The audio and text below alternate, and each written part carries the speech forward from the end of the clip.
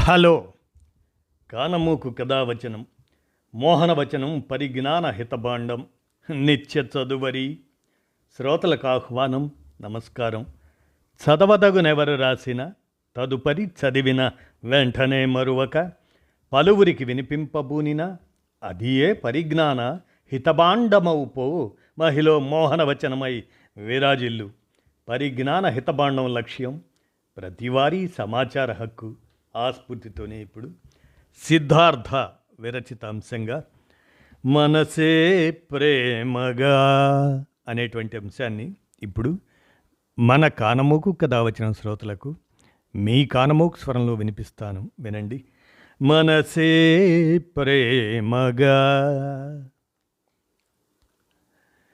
మనసున మనసై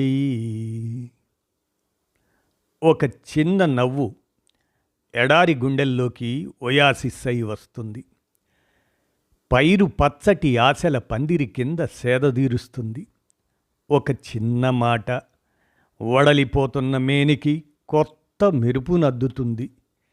చీకటి లోకానికి వెన్నెల స్నానం చేయించే జాబిలమ్మై మదిలోని నిసిని నిమిషంలో మాయం చేస్తుంది. చిలిమియే కరువై వలపే అరుదై చెదరిన హృదయమే శిలయైపోగా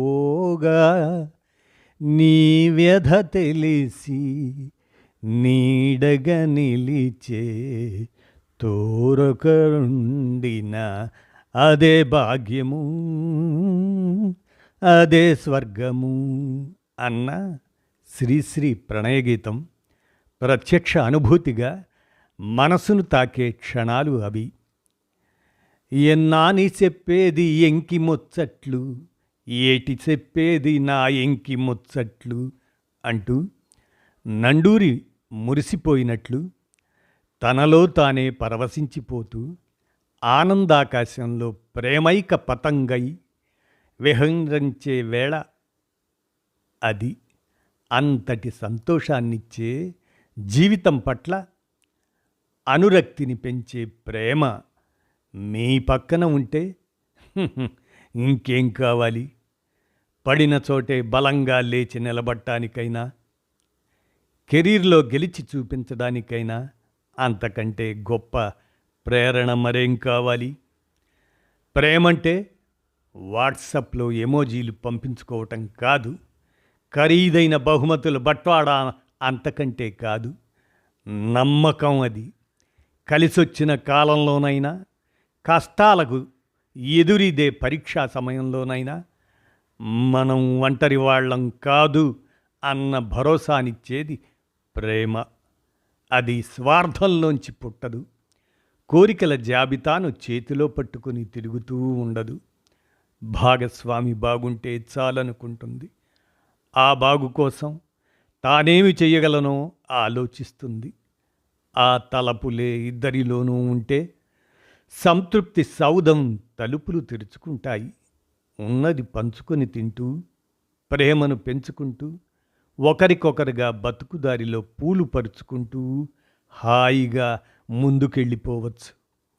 కాదని మీరు ప్రేమకు ఖరీదు కట్టే షరాబులైతే, ఆ మనిషి తెచ్చే డబ్బు, వస్తువులు తప్ప మరేమీ అవసరం లేదనుకుంటే గిల్టు నగల మాదిరిగా కొంతకాలం దగదగలాడవచ్చు. కానీ పై పై మెరుపులు వెలిసిపోయినప్పుడు, అసలు రంగు బయటపడినప్పుడు ఇక చేయడానికి ఏమీ ఉండదు. ఏకాకిగా ఎండమావి బతకటం తప్ప. అందుకే ప్రేమిస్తే షరతులు లేకుండా ప్రేమించండి. ప్రేమను పంచే మనుషులను ముందు గౌరవించండి. ఉన్న 24 గంటల్లోనే మీకోసం సమయం మిగుల్చుకొని మీ ఆనందం కోసమే దాన్ని ఖర్చు చేసే వారిని చిన్నచూపు చూడకండి. భ్రమల మత్తులో పడి అవతలి వ్యక్తుల భావోద్వేగాలతో ఆటలాడకండి. ప్రేమకు శక్తి ఎక్కువ, కానీ అన్ని సందర్భాల్లో కాదు. కవి బసవరాజు అప్పారావు ఆలపించినట్లు సత్యంతో జత కలిపిన ప్రేమ శక్తివంతమైంది. దాని దాటికి దేవతలైనా లోబడవలసిందే. చేపల నిర్బంధ ప్రేమలు అలాంటివి కానే కాదు.